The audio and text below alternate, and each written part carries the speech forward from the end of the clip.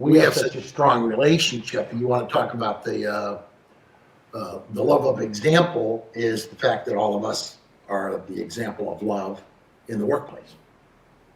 And that's what you want. You want everybody here showing everybody outside what neighborhood means, what community means, what the connection of the individual to helping everybody, listening to everybody who has issues, answers. Because, I mean, for me, I would ask all of you, what have you learned since we've been listening to all this pain and sorrow and suffering and happiness and joy and all the stuff that we get to see? What has it taught you about why what we're doing is so urgently important in our culture after COVID-19? Anybody? Well, we're still in COVID-19. Yeah, so for sure. I think for the most part, we become a little bit more aware of what were we disconnected at and what can we see as the biggest takeaways for our society, and then prioritize the human interaction, the ability to still stay connected no matter what, but also like look out for people. And then the lack of infrastructure and really aware of who's in those lines and who's being marginalized.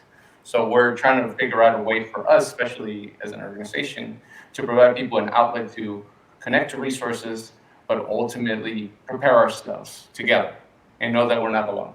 I think that's ultimately our goal. I don't think it can get more clear. Yeah. Show over, done. All right, there we go. Moving on. Thank you very much. It's all done now. We have our sound bites. That was it. Good job, folks. Hang on, are we rolling right now? Oh, did you have something to say, Joe? Should we introduce ourselves? Yeah, just Yeah, why not? kind of big.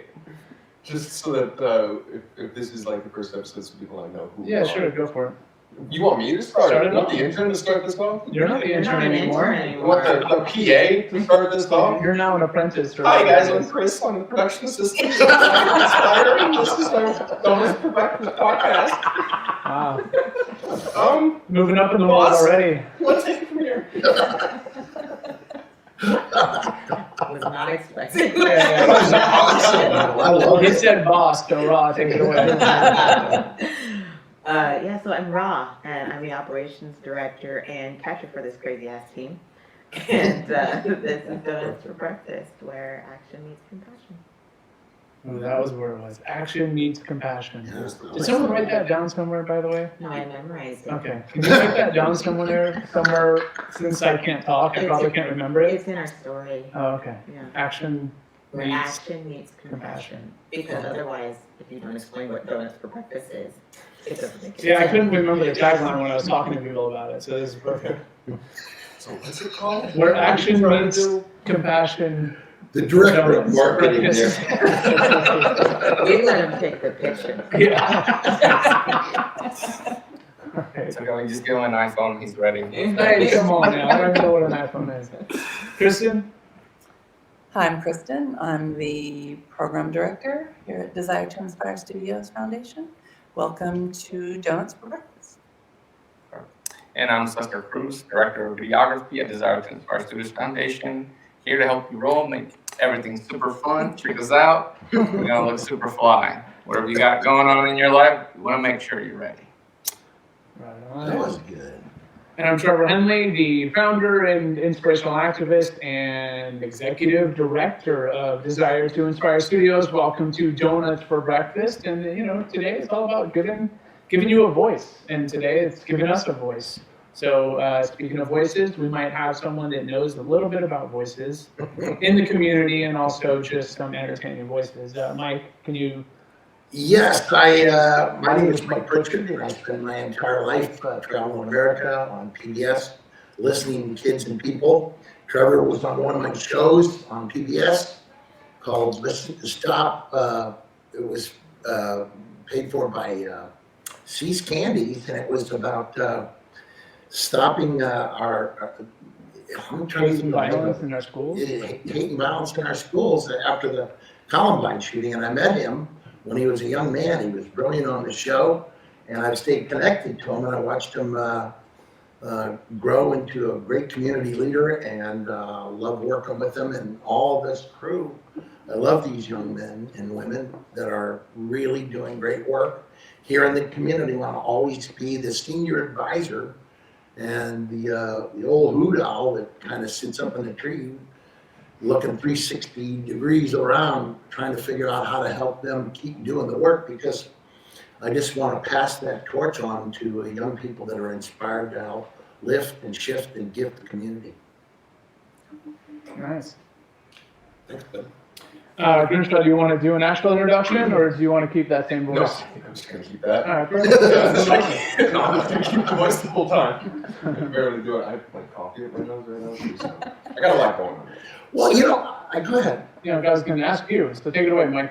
Well- Tell us why we're here again. Well, I keep thinking that, what I've noticed, that we're all transforming by the work that we're doing. I think the night that I watched us really gel together was listening to the two moms. We've already heard quite a bit of extensive speeches on grief and sorrow and the connection. And two mothers seeking, like what we do. We're not therapists. We're your neighbors. We love you. We want to help you. We want to find ways to advance your stability and your love and connection to community. We're not trying to therapize. We're not trying to, we don't have money to give you, but we can help raise money for you. But we just want to be your neighbors and let you know you're not alone in your quest to get help with your grief, your sorrows, your suffering, your disconnection, your loneliness. And I've noticed that everybody here has grown, immeasurably over the things. That's the line by Aeschylus, the philosopher. He said, with every drop of pain on the human heart, wisdom grows. And I think that's what happened for us. We also love the joy. We love the laughter. We laugh a lot together. Our crew is hilarious, right? And It's all Grimshaw. It's all Grimshaw.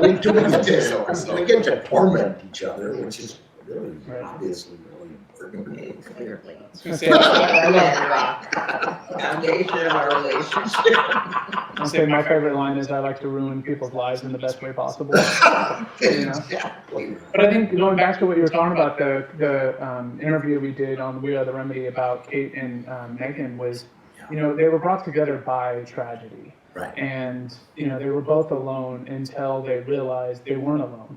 Right. And now tonight we're interviewing Tori, Right. who unfortunately had the same tragedy happen of her son, teenage son, taking his life. And now all of them are connected and getting connected, and they're joining together to be a voice. And I think that one of the main things that I would like to, see in this podcast is really giving a place where no matter what your voice is, you can express it. Exactly. You can reach out. You can ask for help. I think we all need to ask for help no matter what's going on, whether it's gold-plated problems or we're at the bottom of, rock bottom? Yeah. One of the things I do when I was at rock bottom is I didn't know that you could ask for help. I didn't know that people were out there trying to help, and that's a big reason why we are doing this, and that's a big reason why Desire to Inspire Studios became Desire to Inspire Studios Foundation. And I think that's a big reason why we do all of the work we do, which is to tell stories and help people share their story and help people connect with other like-minded people. Exactly. All of that. All that. All of that. And one of the other things that I think is really key for us is to have real conversations. Yeah. And Exactly. I think The that real stuff. we embark on that as a team. Yeah. I We mean- definitely do that with regularity. Yeah. Keeping it real. I mean, just to keep it real, I shared where I was at a couple days ago in our team meeting with, Ra, Kristen, and Cesar. And I know Ra's thoughts, but, Kristen and Cesar, how did it make you feel when I was able to just tell you what was on my brain? It wasn't a good place where I was at, but Definitely. I think it brings reality to really the focus of where things should be shifting. I think as human beings, we sometimes kind of can get into this sort of autopilot mentality in our minds where we feel like it's the daily grind of doing the work, but ultimately the creativity and the ability to find opportunity thrives from these moments of uncertainty. Taking the leap to run a business of your own, having the ability to have this entrepreneurship spirit guides us to be able to say, hey, you know what? I'm gonna make sure I prepare all the people around me so that we can help each other out, no matter what. And I think ultimately linking us to resources, really identifying our community, what we can actually be doing, pushes us forward so that people understand and care. Because interestingly enough, like I was just hearing about some of these like stories of like people who are incarcerated and get forgotten, and they develop all these skills when they're in the system, and they're not able to adapt those skills necessarily because their life was taken. And so there's this whole movement or reform right now that a lot of people working, especially lawyers, that are trying to help these people come back to life. And I think that's one of the ultimate things you're able to do in this world. You're able to triumph by changing someone's life and give them that ability. When you change a human being, it is the most incredible thing. And I think through our work, we'll get a chance to see that all the time. And I think ultimately is the biggest guide of like, how can we provide that outlet by also providing support for ourselves. It's a great way to do it. Yeah, I definitely agree with that. I think that the work that we do is very transformative, and our team is a reflection of that ongoing work, that ongoing process, that continual transformation, you know, being able to be vulnerable with each other and share those steps and those uncertainties. It holds a mirror, and it's a safe space for us to reflect where we're at. And I think that we take that same mentality out into the world where it is not, it's not a hard reflection when we show the world what we see. You know, storytelling is about creating a picture of something in the way that's going to be most meaningful. And I think that us being able to be transparent with each other and to be a family for each other allows us to be more authentic storytellers. Couldn't be more well said than both of you just said. Both of you should be, and you are, because we have interns that are following Chris in, but professors, this is a sanctuary, and you are professors of teaching how we can succeed at helping lift and shift and gift that community we're just talking about. You're all inspiring to me. I feel like I'm leaving the legacy I held in my life all the way through, because I was the grandson of immigrants, and I've learned more about the immigrants' status in our California from you in the past month than I had from all of my professors in college, because of the struggle, because of the pain, the sorrows, and yet then the inspired wisdom of coming and not giving in to systems that can't appreciate your struggle or your incredible genius and brilliance. And what you guys are doing is teaching this to people by the example that we're setting, and it's really important. So, Mike and Trevor, you guys are both kind of the forerunners of this podcast and this cause. What was the inspiration for you both to get started on this cause, spreading this message out within the community? You guys know each other for a long time now at this point. What has kickstarted that in San Rafael and the Bay Area? I just talked to Ra and I said the same thing to Trevor. I said we need something bigger than church that holds a sanctuary, a temple, a church, a thing where, because people go to services, but they don't do what we do. You walk out of there, you sung together, prayed together, maybe praised together, but you don't know that person next to you. Here, this is church. This is the sanctuary. This is where you get respect because you get vulnerable and you tell people what's up and what's going on in your life. And we all need that. And you get emotionally supported, spiritually supported, and you get respected because you're being honest about the anxieties in your life. And that's for me what I thought was. That's a great question, Chris. Please. It's a great question, Chris. So, yeah, so easy for you to say. Yeah, right? I practice that one all the time too. It goes to what Michael's saying about church, I don't have a lot of experience with church, but I've, been to NA groups. I'm 8 years clean and sober. I've been to a lot of different support groups. And one of the things that really launched it was, again, going to our We Are the Remedy interview with Kate and Megan. And they go to these support groups where they literally get together and they basically rehash what happened. They talk about their suicide of their teenager and how it happened, and that's that. And everybody goes around and says that. There's no, at least what we've been able to find, there's no mechanism where people can connect and go deeper level, and also not tell about the tragedy necessarily, although that's a very important aspect. It's about how they survived, how they thrived, how they created a community around them. And really, it was simply by being brave, making a brave space to connect and put their voice out in the public, and then they connected with someone else. And so there's not a organization or a outlet that anybody of any denomination or any lifestyle or any race or any of them that them going down that path. Well, that makes it so that it's not just a misery comparison. You want it to be more growth just from it. Yeah. There's something to be said about sharing your story with other people. You might Right. have to be told and heard. That's part of the healing process. But then the step after that, Right. right, where it's like now we need a community to help Right. grow each other. And one of the things that we want to be able to provide as an organization, we work with so many different nonprofits. We work with so many different resources. Mike has just a little bit of life experience and has a ton of resources for people. And for someone to come in and say, hey, I am struggling, the moratorium on rent evictions or housing evictions is going to be ending soon. I don't know what to do.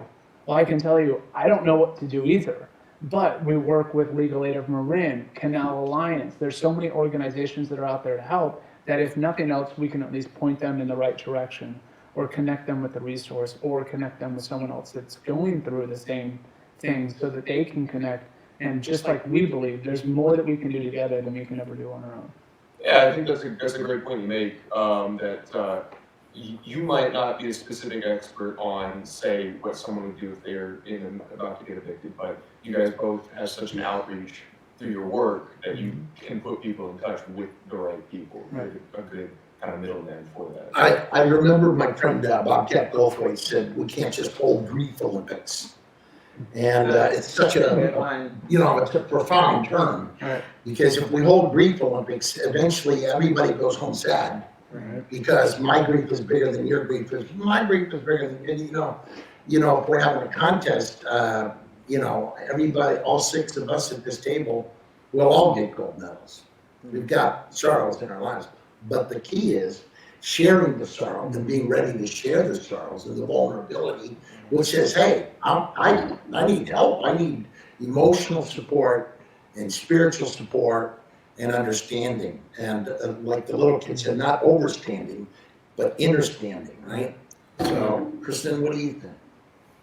Yeah, I think that, and I think I've learned a lot about that since I've been at Desire to Inspire, and thinking about Trevor's question a few minutes ago about the meeting that we had, and Trevor being very open and vulnerable in the position, leading by example, right? Like just listening to him open up. I kind of had that feeling like, oh, we can do that, and like you were saying earlier, it's a safe space to do it. Right. And it's relatively new to me. So I feel like even though I'm in the remedial class, everyone's there for me, helping me. What did it teach you inside yourself? Well, that's interesting because the vulnerability that he was showing us by example, opening up and speaking to us. And, you do feel that inside. Yes. Mhm. And I guess that's the first step, just kind of processing like, wow, look at this leadership, look at this, ability to be vulnerable to the people that, the people that you're leading. And so, yeah, I felt that open up inside, and it actually took a couple days. to really process. And then it feels like power. It feels like, okay, here we go. That's a big one. Right.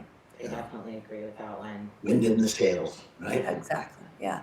And to be able to take that and use that in all the ways that everyone's been talking about. It's like, okay, now I feel like I'm ready. So, you know, I'm so grateful for this entire moment, if nothing else, for that statement, because I asked Raw afterwards, I was like, how do you think they took it? You know, part of my sharing was that my feeling of nutness, right? In our meeting. And then I'm going, well, should I have shared? Was that too much? Do they want to quit now? Do they feel like they're more empowered? Oh shit, what did I do? I don't know if I did it. Okay, just stop. Just stop and go. Just move on, right? And so I didn't know, right, what the result was. I wasn't planning on being a good leader. I wasn't anything like that. I was like, I don't know how else to express where I'm at in life, and as the executive director and everything, where I'm at and the struggles that I'm going through. But it's much easier to share it than it is to keep it inside and hope for the best. Well, to me, morning donut is, there's a little boy up there. Morning donut, you're like me. Donuts for breakfast. Oh, yeah. Whatever. Welcome to the podcast. Yeah, it's called Donuts. donut for everybody together. Donuts for breakfast. I think a t-shirt's a great idea. It's good. Probably like a stamp too on each other's foreheads, so Yeah, yeah, We can read it. It's gotta be Mike's face with just a bunch of other misnames. And maybe some cream crust on my double chin. Where were we? So, Yeah, we were talking about being open and honest, and, honest. yeah. Here's what I was just thinking about this when you guys were processing this, what do we all want? And it's this little kid up at St. Vincent's, you know, they used to call it, it's called a boys' center, but it used to be called an orphanage. Little kid comes up to me, and it's right after church services on a Sunday, and he goes, can I talk to you? I go, well, sure. And he goes, yeah, but without anybody around. And I said, oh boy. All right, yeah, sure. And so we go around the corner. And I get there, and I'm looking at him, he's like 9, and he's the sweetest little kid. And I know he has no parents, and the one parent that he had hurt him. And I'm sitting there, and I go, what do you need, buddy? And he goes, nothing. I go, what do you mean? He goes, nothing, I don't need anything. I just wanted to be with you. That's what we all want. We want to be with people that help and uplift us, understand us, give us safe space, trying to make sure, and he knew that, you know. And I just stood there and I went, wow, I had that all through my life. And now I want to be that for other people. I want to do that for people who are isolated, who are lonely, who are left out, who don't have a healthy or well family. And when you can provide that, you know, and is it hard? Well, you bet. You know, being a caretaker for a person's spirit and soul is really important work, but there's nothing more important, right? Because that's what they said about Dickens described Scrooge as somebody who is as solitary as an oyster in his pain. And wow, you know, so when you have that person, you gotta open that oyster and you gotta try to create that rainbow pearl inside, as the little kid told me from Puerto Rico. I was like, I got it, I get it, you know, I'm old. You're a third grader, but I get what you're saying. And so when we help that with others, and we're doing this here, and we're listening to people we're trying to open so we can help them ask for help, reach out for help. Nothing more important than that work, right? Yeah. We have about 6 minutes left in our podcast today, guys. I wanted to mention something. Sure. Okay. Title of this podcast is Donuts for Breakfast. This is the first episode. We didn't bother to pick up donuts. Yeah, we ran out of time. I thought about it, just ran out of time. The pink box. I got the like, pink right box here. still in my car if you want me to go get it. I mean, I mean, it's a little it's late. too late now. It doesn't have donuts in it, but you know. I got the pink box. Nice My job, Rob. bad. My bad. Let me know next time. I'll pick it up on In the way. preparation Yeah. for We episode gotta have 2, the big box. Donuts for Breakfast, we are going to take the time to order donuts from Johnny's Donuts to place on this table for public consumption. Oh, yeah. Or if you're another donut shop seeing this and you want to, We will also Provide. rep your donuts. totally rep donuts. We will rep donuts. We will rep donuts. Inclusion to And donuts. don't let the donuts for breakfast terminology fool you. We will wrap bundt cake. We will wrap bear claws. We will also do it for lunch and dinner. I mean, that's just how we roll. We could do a special afternoon episode. So don't poke the bear and we can wrap pokey. Whatever you need. I'm just saying. Got you. That was very nice PSA right there, Ron. So, okay, now we're down to about 4 minutes.